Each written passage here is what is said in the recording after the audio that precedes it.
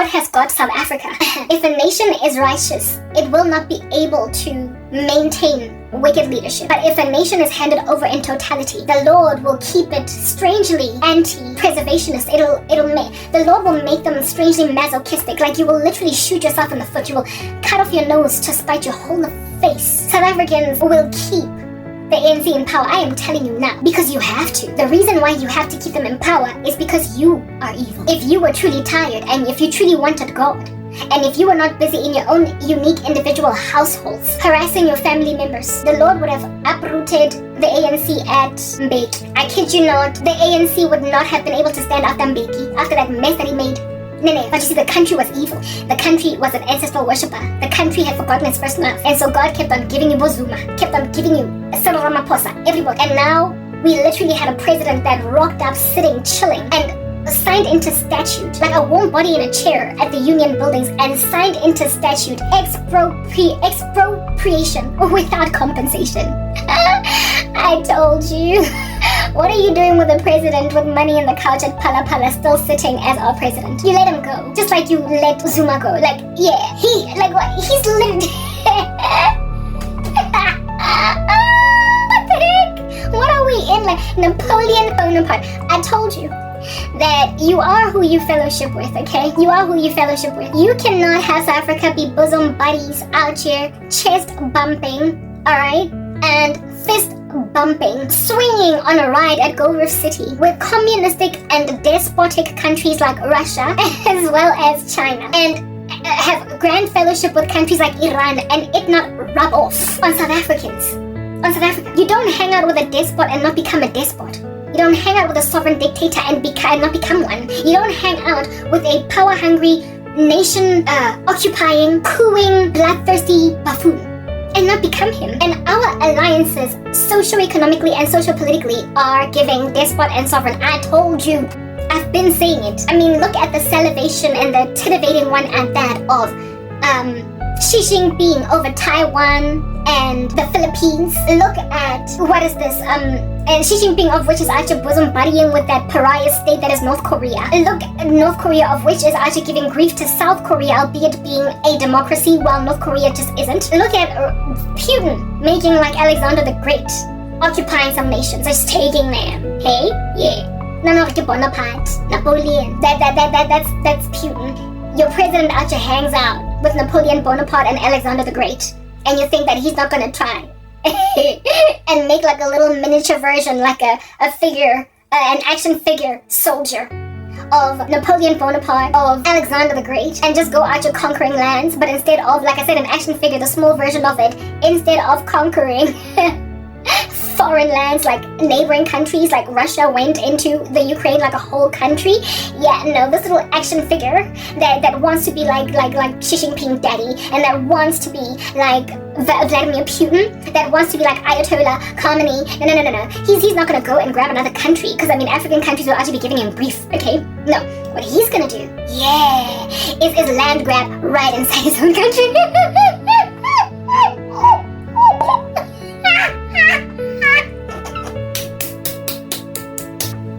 Napoleon Bonaparte is gonna land grab in your backyard. In your backyard. And he is going to bully the first people that he feels that he can bully. White South Africans that have a whole bunch of land. We've got Vladimir Putin manifesting in Cyril Ramaphosa. We've got the salivating, drooling lips over Taiwan and the Philippines of China, Xi Jinping, inside, manifesting literally like a demon in Cyril Ramaphosa. You are who you fellowship with. You are who you fellowship with. I've been saying it. You can't, as a country in South Africa, fellowship with so many communists and then not basically stop adoring people's human rights. Completely going against the constitution about conditions and cases within which you can expropriate land. All these things that are happening. What is shocking to me, what's the biggest shock of my bones, okay, is the reaction of South Africans to Donald Trump. You know what, guys?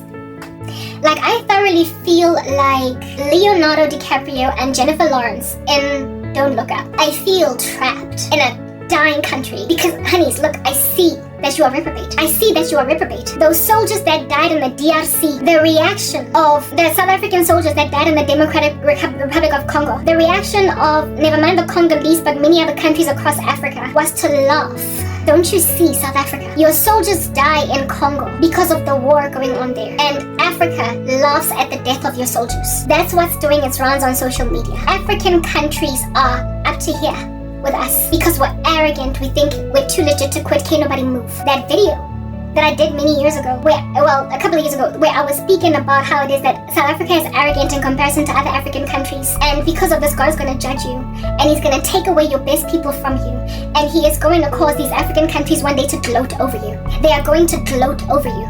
The very African nations that you xenophobically mistreated, whose shacks you burned, whose paza shops you burned in Deep Sloot, whose kids you persecuted on campus, the foreign nationals that are from Africa, however, like the Zimbabweans, the Ethiopians, the whatnot, that you mistreated wherever they were. The day is gonna come when your country is so destroyed before them. That was on Klega. African nations are about to laugh at South Africa. And by African, I'm speaking Southern African, not Northern African, not the Arabic countries, because you are racist, horrifically. Not racist, but xenophobic, sorry, against black Africans in particular. So not the Arabic ones that are up there with my Egypt and whatnot. Those nations that are black African in Central Africa and Southern Africa, Western Africa, etc. And Eastern, essentially anywhere other than Northern Africa. Like the Eastern, Central, Western, Eastern, Central, and Southern Africa is about to make a laughing stock out of South Africa. And you know what, y'all? I used to be patriotic for this country, but I cannot deny, Mina, as a South African, that I made an observation of xenophobia at like a crazy height from the time I was a child. Black people in this country hate black people that are not from this country. Like, I don't know, like a taste, like I don't know. It's like a disease, anazi. When I was growing up, my mom had a lot of foreign friends, like a lot of they were from Congo, Nigeria, etc. And a lot of times her friends from South Africa used to call them names, like Amagwere. We don't know why you're busy hanging out Nalabandulaba. My mom had these friends, and her friends that were South African just could not understand her company with these people. Because we used to stay in Yeovil, and they were all over the show there, and that's where my mom met them. But her friends that were like from Soweto and whatnot just didn't understand her fellowship with them, and they didn't want to hang out with them, nothing. They just felt like they were beneath them. I personally had this Congolese stylist lady that we had a falling out because people in Africa and witchcraft. But anyway, whatever. Besides the witchcraft, she became a friend, and I wanted to enable her cause along. I went to her, not her wedding, but the lady who did my nails worked in her salon, and she liked me, so she invited me to a wedding. I went to that wedding, and some of my friends did not understand what I was doing there. Because I didn't want to be alone at that wedding. I asked like one or two, and excuses. I can't, I'm not sure, I don't know. I had to go there awkwardly by myself until I found the lady that used to do my hair, and I sat with her the whole time. I got invited to her house one time for luncheon, and when I would talk about these experiences, some people would look at me creasing their foreheads on some, why are you hanging out with these people? Xenophobia in this country is crazy. And then, when I was working at MTN, I remember telling this one friend of mine that used to be a colleague/friend. She was younger than me by 3 years, so I was also more like an older sister. And I was telling her about how excited I was to get married to a man, and it would be nice if I got married to a man from Africa somewhere. Because they're so exotic looking and they're tall, and South African men are short, and I'm quite tall. And I was like, I would love to marry a guy that's from Senegal. I said Senegal in particular because I liked their look. Okay, and this chick was like, aren't you xenophobic? Like, she proper said it in that way, like verbatim. Those were her words. I was shocked. I was like, what an ignorant statement. Don't let anybody hear you saying that in public. She asked me if I'm not xenophobic because I said that I would love to get married to a dude from Africa somewhere, especially Senegal. I then wrote, because I'm a writer, okay? If you don't know who I am, I wrote, before I came to Christ, I wrote some romantic little short story involving a South African woman and a Senegalese man. So essentially, I've just always been all about intrigued with a Senegalese man, for whatever reason. I wrote this romantic little story, and I gave it to one of my colleagues to read. And she was really fascinated by it. And what she said to me afterwards was, I've never really looked at a foreign guy the way that you describe this dude in your book, in your little story, in your short story. And I posted that same short story on Facebook, and a whole bunch of people liked it, but I got similar commentary along the lines of, it's interesting how you depict the Senegalese dude. Nice, like, this is romantic, but basically South Africans just have this mindset that if you're going to describe an awesome guy, he has to be from these shores, these streets. He has to be from South Africa. And like, look, I've spoken about this at length, okay? I spoke even about how when I was at Wits, how it is that I used to struggle with foreign national students because they had an attitude against South African students. Not because they generally have an attitude, but because they were defensive, because we were rude. Like, I wanted to have a relationship with them because, especially like the Zimbabweans were so smart. They used to kick us in tuts and everything, like school. They used to kick our behinds, okay? And so I wanted to hang out with people that were basically gonna, like, with whom I could actually study type establishment thing, but they were standoffish against South Africans because of how xenophobic we were. And so it was almost as though it was a shield of defense that they put up to not be nice to us, lest we should say something below the belt, and then they act, and then they come out like a debacle, or whatever. I spoke about also how it is that there was this one complex that I stayed, and there were these two chicks that were tall playing pool, and they looked like they were from Africa somewhere. And I walked into the clubhouse, and I wanted to chat with them and just say hi because they were so beautiful. And they looked at me once and looked away, almost as if they were expecting me to underestimate them because they were from another part of Africa. I walked in there, greeted, and walked out. The only time that I've ever been able to establish a good relationship with a person from another part of Africa is if they were forced to be in my environment. In other words, we're in the same class, and after some time you get to realize that I'm not gonna smite you the way that my fellow South Africans smite you. And it happened with one dude that I got really tight with at Wits. He was my bench, like real tight, right? But before then, he used to pass me a whole bunch of shade attitude as well because he was self-preserving. He was self-protective because he had endured so much xenophobic mistreatment from South Africans that he didn't easily open up to us. And it was only because we ended up having to do an assignment, Gaufela, like a group assignment, that he got to know me, and we then became really tight friends eventually. Type establishment thing. But basically, long story short, Africans in South Africa are standoffish and they are self-protecting. They're extremely closed off against us until they know they can trust us. And that is because we are so crazy xenophobic that we make them get PTSD. Enough for them to look like they've got attitude against us. They also, like I said, the Zimbabweans at Wits used to kick everybody's buttock. They're smart, and so therefore they make for good study buddies. They also make for good business partners because they also have a very strong work ethic. But South Africans never mind want to work with them, but they don't want to acknowledge how good they are and what they do. And when then they do succeed, when they prosper, to do well in what it is that they're doing, they're xenophobically harassed. As you're taking our money, you're taking our economy, you're doing this, you're doing that. You're messing with our country. We don't have jobs, but you've got jobs. Well, you won't work some dumb job before you can become okay. You want this, you want that. And so there is a jealousy inside us when they do well. And you saw that jealousy killing it all over the show, sprawling itself on the floor. Got a Miss South Africa pageant with Chidinma. When they do well in the country, they get treated like nonsense. And when then South Africans get called out for that crazy, they strangely band together and in support with one another, in camaraderie, literally come in agreement that we're the better people here and these people are wrong, to a point where your Figile Mbalula will literally rock up on a news network and speak smack against all of Nigeria because of Chidinma. I was shocked. I was shocked out of my mind. It's like I need bone. You cannot see yourselves. And you see, the thing about legal immigration, as in people who come into the country legally. So if you are studying at Wits University as a student from Ethiopia, you are here legally because Wits is not going to let you chill here in the country illegally. You have to have a study permit. There's like a whole bunch of things you have to do. So if you are in the country legally, you are beneficial to the nation. You've been vetted, you've been checked, you've been whatnot. You're not an illegal alien, you didn't skip the border or whatever. And if you are documented and put on paper and are legal, and you are studying in our university, you are working in our corporate, you are running a business in our streets that is registered under the South African laws, you are contributing to the South African economy. Do you understand?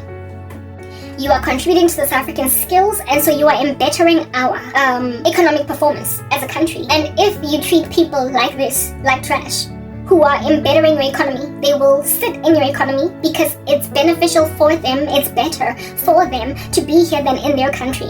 But they will harbor a hostility, they will harbor a sentiment, they will harbor something in them that should the day come when the tables turn and they then go back to their mother country, because it is no longer the land flowing with milk and honey, the South Africa is not lucrative for them anymore.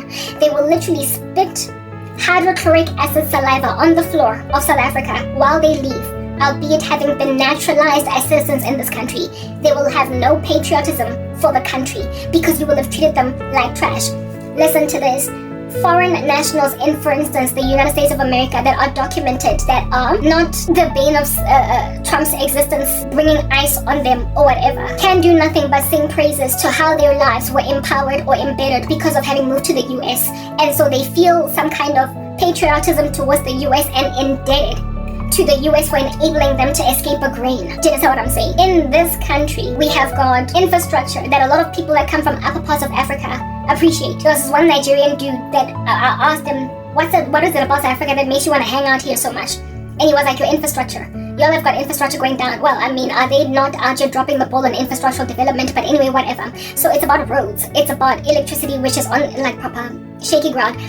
It is about in the economies and how they operate, etc., that they are attracted to, they're drawn to it. And so it's comfortable for them to live here. But have you noticed how they silo themselves? They literally isolate themselves to each other. Like proper, if you are living in the US as an Irish man, you would imagine that you would have a whole bunch of American friends in the US, that if you go to church, you're going to be in a church where you're fellowshipping with a whole bunch of Americans. If you go to school, you're going to be in classes where you're classmating and fellowshipping as well with fellow, like, American students. If you're an Irish man in America, you're probably going to have a whole bunch of American company for your social circle, because you are in a foreign country, and your countrymen are not quite frequently found distributed all across America. So, I mean, you can't help but have American friends as an Irish man. That's normal, right? Yeah, that's normal. But in South Africa, the level of xenophobia against African foreign nationals that are black has made them literally find each other strangely, even though they're sparsely scattered, and hang out with each other. Like proper, they hang out with each other. You will actually be finding Kenyans somehow, even though there's like 5 of them in a greater Johannesburg area. They will find each other, and they'll be from different villages in Kenya, from different cities, and yet they will find each other in Johannesburg and hang out, have lunches every Sunday out here, breaking bread together. And you'd be like, how did you find each other? I mean, I can understand hanging out with a whole bunch of Kenyans in Kenya, but the thing is, did you meet at the Kenyan embassy? Is there one in South Africa? I don't know. But they find each other, and then when they find each other, they stick to each other. And yes, every so often they will have South African friends, every so often they will have South African company, but it's a lot easier for them to stick to each other because they feel a sense of protectedness when they hang out with each other, when they stick to each other. Because we're dangerous to them. They don't know at what point we're gonna break out into the mumps of xenophobia. And so they basically huddle like a wartime strategy with each other to ascertain that when we start to break out into the fever of xenophobia, it's like that in South Africa. And it's been like that for a minute. And it is not only in lower rungs of society, like in socioeconomic groups of poor people, it's in the middle class, it's in the wealthy, it's everywhere. I know this because I was a middle class and up and coming person on the come up, even though I'm poor now. At some point I was middle class, and I had a whole bunch of middle class people actually pass strange commentary about people that are of a foreign nationality from Africa, however black, that I'm actually hanging out with. The guy at my school that I was great friends with. I mean, the thing with being friends with a guy is that sometimes things can be a little bit technical between the two of y'all. There was a slight chemistry between us, and my ex-boyfriend used to annoy the living daylights out of me, and every so often I wanted to leave him. So I sometimes considered leaving him for this guy because I knew he liked me. We were both on shaky ground. He had a woman, I had a man. One time when we were both single, I told one of my girls, a South African, that, what do you think of this guy? He's from my school, blah, blah, blah, and I gave her all the rap sheet and whatnot, and she just took one look at him on Facebook. I showed him the pic of this guy on Facebook, and she was like, Let's say my boyfriend's name at the time, my ex at the time was Tepo. She was like, Tepo looks better. Tepo is handsomer. She was like, I know, run with Tepo. And you want to know why she was telling me to run with Tepo? She was telling me to run with Tepo only because Tepo was a bright yellow bone, almost Weu, and he looked clearly visibly South African. Whereas this guy had a very clear Congolese look. Like he had, it was like you could see it. Most he's not from South Africa. He was raised here. He spoke like us, went to our schools and everything, didn't have an accent at all. An accent, according to them, we also have an accent. He had a South African accent, that's what I'm getting at. He grew up here completely, but he was Congolese. He had the whole look and everything. He could speak French as well. Beat that. Anyway, whatever. Yeah, and just based on his Congolese look, my friend was like, and this dude was built, hey, he used to like work out. He had such a beautiful body. Then again, maybe-ish, I don't know. Maybe I was dying from lust. I don't know. Nah, man, but he was good people. That guy was so sweet. He was so great. But anyway, whatever. He certainly displayed my ex in a lot of fashions. But this chick did not care about everything else that was RJ killing it about this dude. Because of the fact that he just looked typically not from South Africa. And I was like, yeah, that's just the thing. And I've been making observations of that all my life, and it used to be something that I looked at and was like, it's problematic, and it would go over my head, whatever, right? But now, in 2025, the crazy of South Africans, this classist mindset, this xenophobic mindset, and this racism against white people. Like, it's racism against white people, it's classism, it's xenophobia, and then it's individualism that's causing them to hurt their family members. It's just like a cornucopia of sinful behavior. Has also disenfranchised me. So now, I'm no different from my Congolese friend from varsity to South Africans. Now, I'm no different from my Senegalese fantasy man in my novel or my little short story. Now, I'm not different from the Ethiopian ladies or the Ugandan ladies on my complex, the Ethiopian ladies on campus at Wits, or the Ugandan ladies in the complex where I used to say they were playing pool. I am no different from them. I have an anti-ambivalence against South Africans because they are typical, and in particular South African blacks. They are typical, and my issue with them is not xenophobia because I'm South African. My issue with them is the factor that is every man for himself. I gotta have my own bag. I'm gonna take care of mine. I'm gonna get mine. I'm gonna do what I need to do, to a point of decimating family members in the spirit of getting ahead and creating a crazy little entitled reverse apartheid, or like metaphoric mirror against white South Africa. That little reverse apartheid against white folk, do you know what it's achieved against my life? Why I got so much beef with it as well?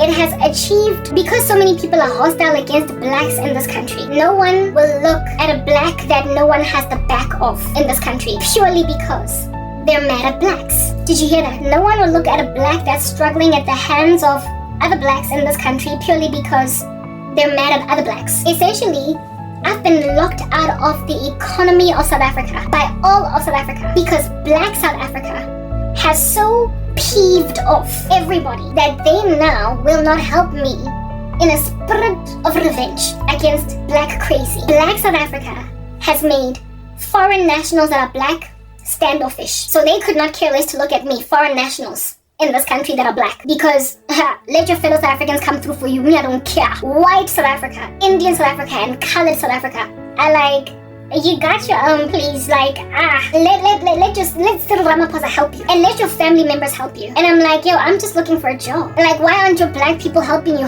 You're on your own. What? And then I go to the black community. Go. White people, Indians, coloreds won't help me because they're mad at you.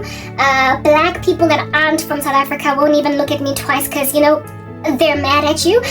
So, I mean, how's about a job? Because you're the only ones that they are saying are here for me. Help. And then they did a typical thing. No, Karabo, every man for himself. I'm competing with you because me, I'm competitive like a beast. I kid you not, South Africans' xenophobia has destroyed my future because fellow black Africans won't even look at me. South Africans' reverse racism has destroyed my relationship with white South Africa because they're mad at blacks. And then South Africans' black issue with their crazy thing that they're doing has destroyed my future because they won't help me out of their selfishness and their competitiveness. The disquieting and sad and sorry thing about that is that complacency is the disease of the white man in this country. They're kind of sitting back, some of them on some let the blacks destroy themselves, and then they'll see that they're mistaken about this thing. Indians are like, Mina, what am I gonna do about this black defeatism? What can I do? Colors, same thing. What can I do? And then foreign nationals that are black are just made to keep quiet, because if they try to shine too much, they might just be ousted like Chidinma. So all that's left talking right now is a crazy entitled socialistic black voice that, albeit being socialistic and communistic, strangely doesn't even care for suffering blacks. And in order for them to look like they care for suffering blacks, they then afflict white people with a lingering, perpetuated, never-ending black economic empowerment that is now 30 years strong. And it's going to be 40 years strong in a minute. It's going to be 50 years strong in another minute. And it's going to be 60 years strong in another minute. Unless there is a ridiculous civil war that's going to stop it dead in its tracks. And honeys, I told you, it's coming. Black South Africa, you are about to get laughed at by the rest of Africa. All of these foreign nationals, blacks, that live in northern, western, central, and southern Africa. Not northern, but western, central, eastern, and southern Africa that live here legally. When your country falls apart, they're just gonna grab a bus and go home. They're gonna grab a flight and go home and sit from their comfortable chairs in their countries and watch you literally get destroyed by sanction after sanction after sanction after sanction, until finally you are back to the days of apartheid again, where just like in apartheid, I told you, apartheid South Africa is here again. Just like in apartheid South Africa, because of how ostracized from global power you will be, you will have to beg for exile again in Zimbabwe. Can you please take me again, Namibia? Oh, it would be great, Swaziland, if you could have my back. Oh, Ethiopia, you're so pretty up there. Take me. You are going to be groveling with snot and trying to reinvent apartheid South Africa to go and live there again. But they're gonna remember that we hosted you when you were suffering during apartheid, and when then we needed you during our multiple wars, when we needed you during the Rwandan genocide, when we needed you during Mugabe's reign of terror, the Zimbabweans, when we needed you during Idi Amin's cray-cray, when we needed you, you literally treated us, Tina, from Uganda like, oh, we stink. Oh, we stink. When we came all the way down to your country from Nigeria, you were like, ooh, what's that smell? Ooh, yeah. You treated Africans like so much trash that this time around they're not going to be so happy and ready to receive you in their countries the way that it happened in the days of apartheid. When a country is walking in a despotic fever, it doesn't see itself until it eventually sees itself. And African countries are just rich with corruption. Do you understand what I'm saying? You don't get to just, after 30 years of democracy, literally take people's land without compensation. Expropriation without compensation. You don't get to out here hang out with all of America's enemies and do strange things against the US and expect to be maintained on African Growth Opportunity Act under it. Expect to be maintained in your duty-free exports and whatnot. All the benefits that you get at Goa is being threatened at present. Y'all know what Donald Trump and what his reaction has been to expropriation without compensation. And he's sitting next to a South African, Elon Musk. And Elon Musk is not even being regarded as a South African all that much in this particular regard, because you see, when white people complain against black crazy, it is anticipated that the world must just ignore them, because black people have been suffering for so long. So when Trump actually laments against black crazy in this country, and Elon Musk complains against what in the world is going on in these countries, South Africa, it is viewed by a perpetually negating over to the race card African country. It is viewed as, that's what these white people always do. They don't understand black politics, or they don't understand the politics of black countries. But when something is just like verbatim in your face, just gawking at you with like bold writing in a way that is irrefutable, there is nothing of a discussion that needs to be had here anymore, because we are just reading the black and white print, okay? This thing is obviously spoken and communicated the way that it's communicated on paper. Why are we going to and fro about it, trying to discuss it as something different? This is an act that is literally trying to take away the land of white people without compensation. And this is not happening literally briefly after apartheid ends. This is not happening briefly after BEE is erected as a statute. Literally 2 seconds after Nelson Mandela becomes president. This is 30 years down the line in democracy with a beautiful constitution that is actually being undermined. At what point is this matriculant going to move over to university? At what point are the achievements we've made to date going to be enough for us to graduate to the next place and the next place? If at all we have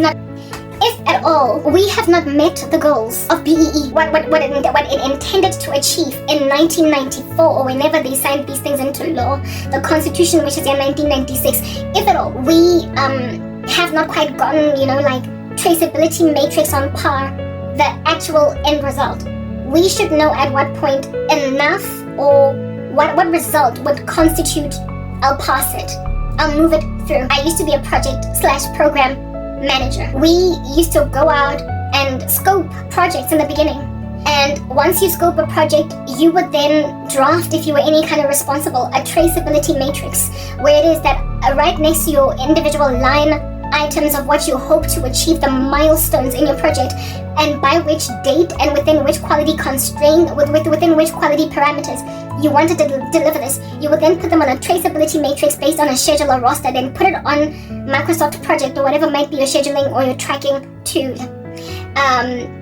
This is not a utopian or an ideal world. Rarely ever are you going to schedule a project and you out here 100% to the letter achieve like time constraint quality, getting time quality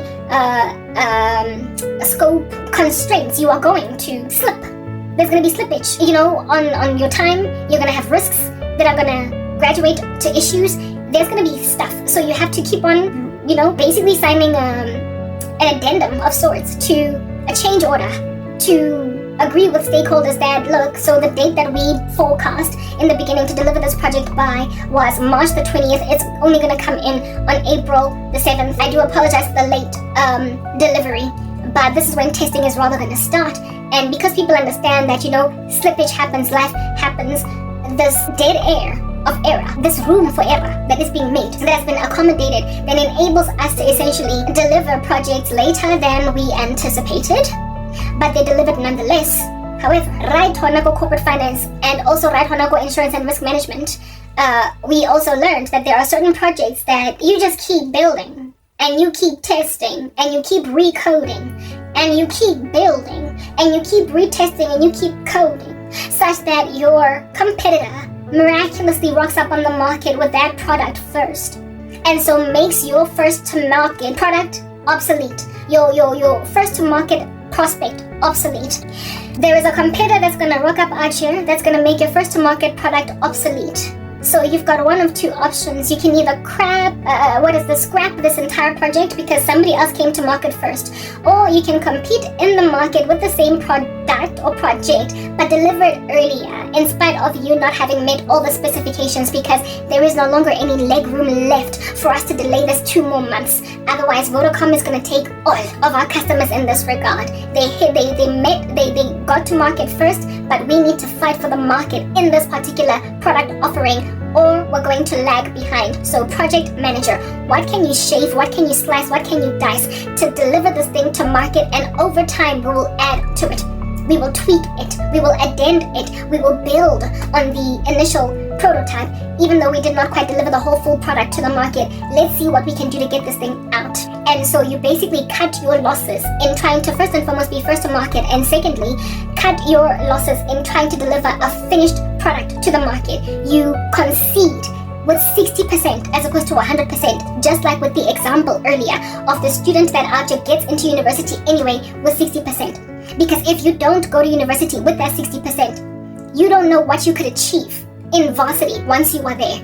If you could not do well yesterday, or at least if you could not do as well as you desired yesterday, have enough respect for yourself to trust that this world is finite and you don't have time to be wasting it on one thing yesterday. Move on to the next thing in the future and there strive for better. So with your little BE crazy, y'all was supposed to put a roster, a schedule, a project management plan, scope what you want to achieve with BEE, because indeed redistribution of wealth after systematic oppression is important, and to also systematically regulate it is important. But things that don't end haunt. Do you understand? The only thing that would ever eradicate civil war in this country is if BEE, or in American terms, it would be called diversity, equity, and inclusion, if at all, it finally came to an end. And now we work with what we got.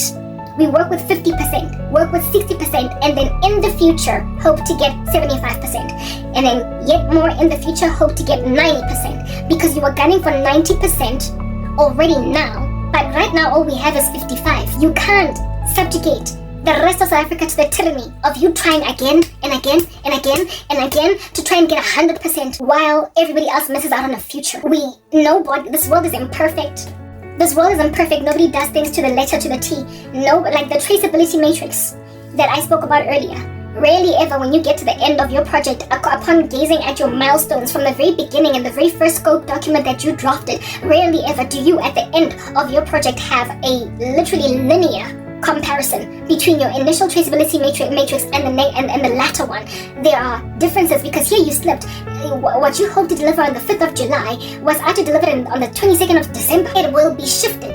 But at the end of the day, the company is still running, isn't it? We delivered a product good 4 months late, but hey, it made like millions on the first week of release. Basically, we settled for what we in our human fallibility could achieve, because that's just how the world works. We are fallen human beings with mistakes. We make plans that we don't meet, but in the future we make up for it by trying harder. We make decisions to work harder, to study harder, to stop drinking on the job, and so therefore achieve a better end result as a result. Human beings are creatures of habit that, however, learn from mistakes, and so they fix on them. You cannot achieve a perfect traceability matrix to any policy, any governmental, national policy, or even corporate governance policy, any organizational policy. You cannot hope to achieve 100% success in what you hoped to do in the beginning. With any level of believability as a human being that's fallible, that's errant, that can make mistakes, that can fall and drop their babies on their heads while they're falling. You cannot literally subjugate the rest of the country to the tyranny of your desire for 100%. When in and of yourself, just like the student, you dropped the ball, you were in Instagram instead of studying. You are the one that messed up with your ability to achieve BEE success after 20 years was enough. But now you've dragged it out 30 years, and that's why white people are so angry and complacent. That's why no white person won't give me a job. The situation is what it is today, precisely because you have lingered this crazy thing for so long. And now you are crazy with your crazy president, that nutbag, that's out just signing a bill without thinking. He was sitting on his head instead of on his buttock when he was signing it. All the blood that could go to the right places was going absolutely nowhere. Bloody Dizzy, signing expropriation without compensation. What is he thinking? And then you expect the leader of the free world, Donald Trump, who is fighting his own battle with diversity, equity, and inclusion crazy in his country. You expect him not to sanction you, or potentially you expect him not to literally mock you and tease you by offering citizens of Orania refugee status in his country. What were you expecting? BEE laws in this country are crazy. Black economic empowerment, employment equity, all that jazz. It's literally crazy all these years down the line. People now need to get rewarded according to merit. I don't know how long I've been trying, Mina, to get rewarded according to merit by showing how well I'm doing. I'm all for merit. Christ is all about merit. Do you understand? But a cantankerous country that's full of callousness and maliciousness and covetousness and all different kinds of being handed over to a reprobate mind because you won't repent and don't love Jesus Christ and continue to ritualistically mess up with people's lives and harass your countrymen because of this plethora, this cornucopia of crime that you're walking around in.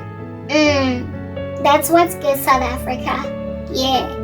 The Lord is going to let you continue to be supercalifragilisticexpialidocious. Listen, you cannot be patriotic and get together in camaraderie as a nation over crazy trash. It would be like the tantamount of Sodom out here standing in solidarity for the maintenance of homosexual laws. Yeah, you are patriotic for all the wrong reasons.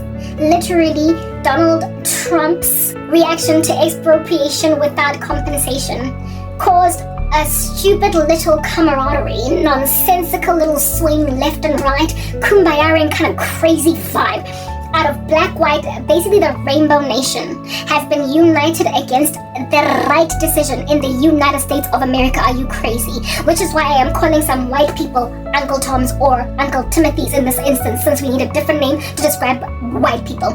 I'm calling them Uncle Timothys because you are warring with Trump over something that you have been secretly frazzled by for years, purely because you feel as if though together in concert we're gonna stand against America. Are you for real? It would be the tantamount of, in the days of apartheid, the sanctions that we were endured under.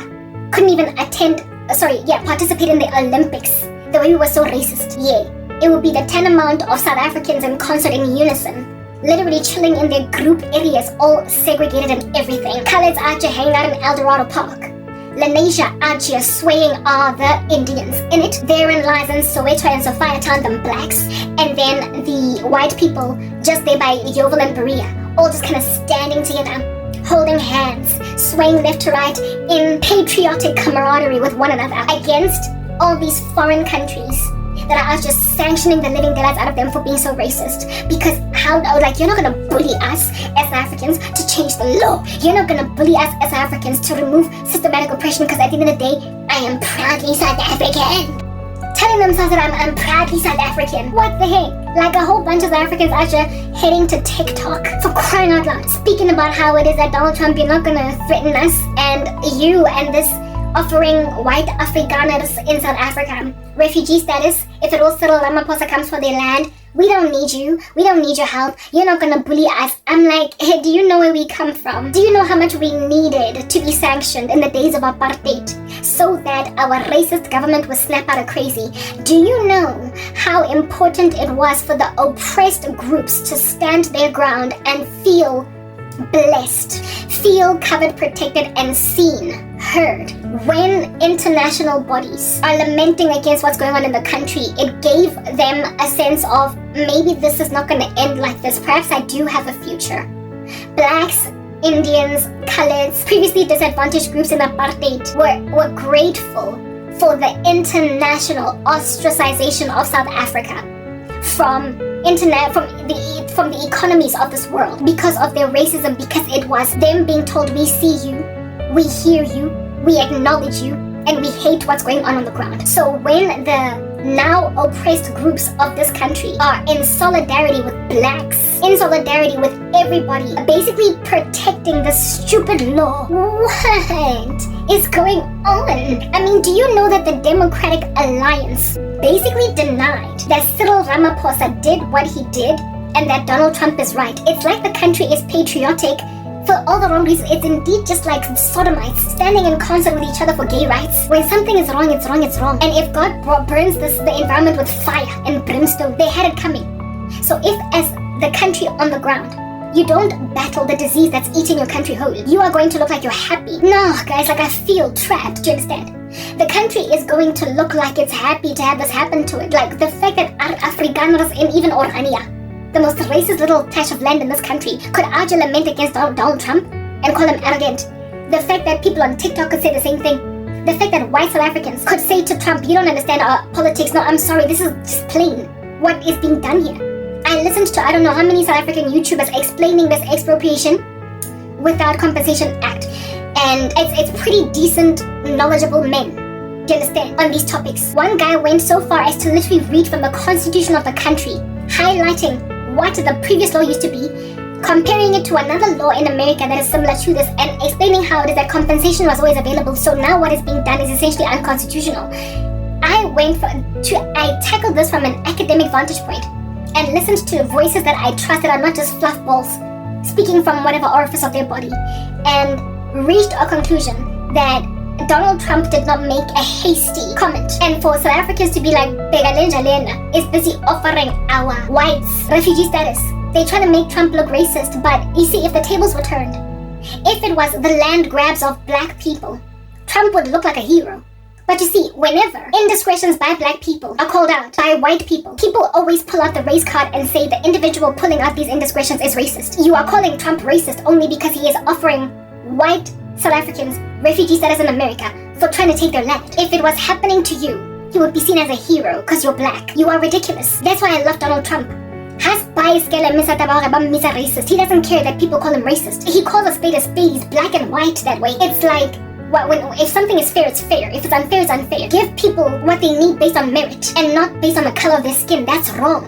And I agree. It's a kingdom principle. There is no male nor female, Jew nor Gentile. All are one in Christ. So any leader that will acknowledge that egalitarian view of the human race without awarding grander weight or favor to another, of course taking into consideration all things equal, because we are not just out of apartheid, we are 30 years out of it. In the beginning of our democracy, I would see the need for EE and negotiation concerning land. But 30 years down the line, you can't be out here getting a sitting president. I don't see upside down on his head in the union buildings, signing into law.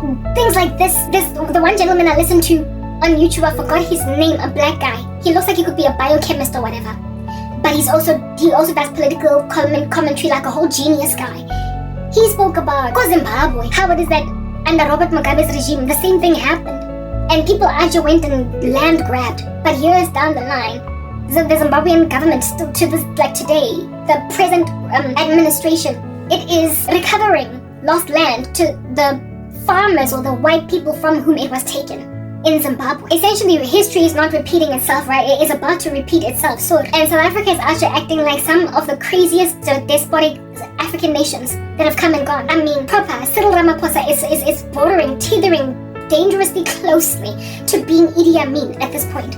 And I don't know what is causing South Africans to think Uguti this thing is a going concern. So, I mean, after watching all this crazy activity that has been going on for the past 2 weeks in this crazy country of mine, after making observations of these ridiculous events, I sat back feeling trapped, like I said, like Leonardo DiCaprio and Jennifer Lawrence in Don't Look Up. God, even white people don't see that they need to end this mirrored apartheid. God, except for like a few of them that you can count on your 10 fingers and toes, okay? These South Africans in the spirit of patriotism are now standing against America when Donald Trump is doing exactly what international governments, international bodies did against the South African government during the days of apartheid back then, where black people were being oppressed and the world came against South Africa and eventually it conceded. People don't see that it's exact, like proper, it is a reverse apartheid happening. You do remember the day when Julius Malema stood on a stage and said, kill the boy, kill the farmer, right? You remember. You absolutely remember that we are dealing with a black government that is literally trying to destroy the lives of white South Africans. And some of them are Uncle Timothys. Like, I can't say that enough. There are a whole bunch of Uncle Timothys in South Africa. White guys, white dudes, white women that are in the spirit of not offending and insulting, standing with black people that are literally spitting on their shoes and saying, seeing as the tables have turned, you wipe the spittle off there. You clean my shoes. Because you are retributing to me what I lost. Because you persecuted my grandmother in apartheid. Even though the woman was never born yet. Black people are becoming crazy arrogant against whites in this country. It is especially deep because blacks in this country hate other blacks. Who crazy, nje? They hate other blacks in their own families, hate other blacks from other countries in Africa. There's just a cray-cray. And so the result is going to be the destruction of this country, and I see it because of the fact that South Africa is not appropriately responding to international pressure to stop hurting its citizens. Remember the content that I created the other day? Video that is already on YouTube, but nobody's watching my content because South Africans are making sure that that's a thing, okay? I spoke about how I had a dream where Elon Musk was out here running around Mojarating and Zabula di Pompo because you had closed them. He was opening taps because people had closed them. On some, why won't you let people drink water? And I was in agreement with Elon Musk, but South Africans were out here warring with him. They were fighting Elon Musk. In my dream, I shared that prophecy some time ago, before all the stuff that's happening is happening. And now look, Elon Musk is trying to open Amapompo in South Africa, and South Africans are closing them. Donald Trump is sanctioning, or at least threatening to sanction, threatening to take funding, cut off funding indeed, in some respects. AGOA looks like it's on its way out. In South Africa, the country that is South Africa looks like it's about to be removed from the list of nations under AGOA. And South Africans are standing back on some State of the Nation address. Cyril Ramaphosa, we don't need them, we can't be bullied. Oh, we don't need America? For real? Gun need. Hey, okay. Sure. Like, I feel like Jennifer Lawrence and Leonardo DiCaprio in Don't Look Up. I feel like a meteor, an asteroid, whatever you want to call it, a rock from the sky, is about to land in my backyard while I'm eating dinner. There's nothing I can do, I warned. I don't even know how I'm gonna get out of this. I need to leave this country so that just like the Zimbabweans that will be back home when it's crashing and burning, the Angolans, the Ugandans, the Namibians, the Swazis, just as they're going to be back home when it's burning, Nami, I don't want to be in the country when it's burning. I'm Funubalana, guys, and I told you it's going to be like billows of smoke from a distance.